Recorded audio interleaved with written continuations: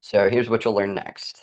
How to specialize using consult-based model, even without a facility. So human first consult model, with or without a facility, is handler-centered.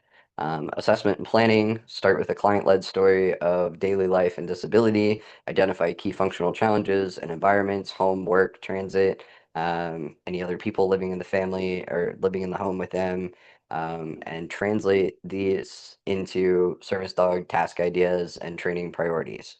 So to give you an example, with my three knee surgeries, despite my other disabilities, my biggest priority is for my service dog to be able to momentum pull me, and to help me walk. I used to only use that when I was in so much pain, I literally couldn't walk without help, but I've learned over the years that prevention's worth a pound of screw up. So if I let my dog help me walk on a regular basis, then I can sustain walking and doing things longer and get more done. It's just one example. Then intake and goal setting sessions online or in person using a structured intake form, history routine, access barriers, as a few examples. And then we co-create 3 to 5 clear, measurable team goals. Set realistic timelines and check-in schedules. And in the class, we discuss a lot about what realistic looks like and how realistic um, in owner training is based on what the owner can do, how often they can do it, things like that. Whereas a program trained dog is generally trained by an able person who is able to do things in a regular way. Um, Another would be owner training support focused on the handler skills. So teach core mechanics, marking, timing, reinforcement, delivery. We do teach this to some, in pet dog training, don't get me wrong, but in service dog training, when you come against something you're unsure about, or the dog is unsure about, we can't train for everything the dog will encounter in life. Um, so we have to specifically train our service dog client teams to be able to be almost dog trainers themselves and be able to act in a moment and understand things. So practice advocacy with them and disability etiquette with role plays and things like that to help them learn how to advocate for themselves in the United States, day to day, if they travel, hotel, Airbnb, going into the grocery store. There are multiple times in everyday situation where handler teams will have to defend themselves and their rights to be somewhere, medical offices, things like that.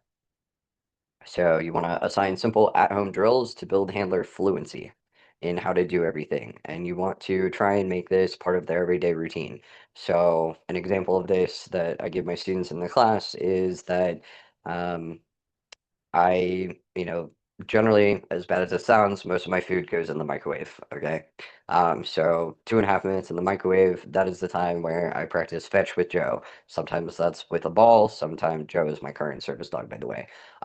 Sometimes that is, I pretend to drop something and I ask her to pick it up for me, things like that. So it's a time in my day where I would normally be standing by the microwave and I'm using it as a short training session every day, 2 to 3 times a day when I make my food.